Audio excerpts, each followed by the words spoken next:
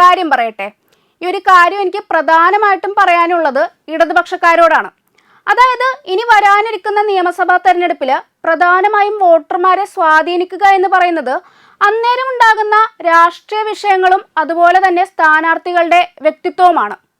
ഇനിയിപ്പോൾ മുഖ്യമന്ത്രി സ്ഥാനാർത്ഥി ആക്കിയാലും ഇല്ലെങ്കിലും VM സുധീരൻ അതുപോലെ തന്നെ മുല്ലപ്പള്ളി രാമചന്ദ്രൻ ഉൾപ്പെടെയുള്ളവരെ കോൺഗ്രസ് മത്സരിപ്പിക്കുമെന്നുള്ളൊരു കാര്യവും ഏകദേശം ഉറപ്പാണ്.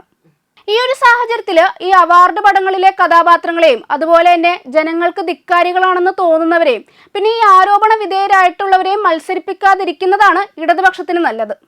ഈ UDF-ന്ന് VM സുധീരനെ പോലുള്ളവർ മത്സരിക്കാൻ ഇറങ്ങുകയാണെങ്കിൽ ഇടതുപക്ഷത്തിനാണ് ശരിക്കും അതിന്റെ റിസ്ക് കൂടുക.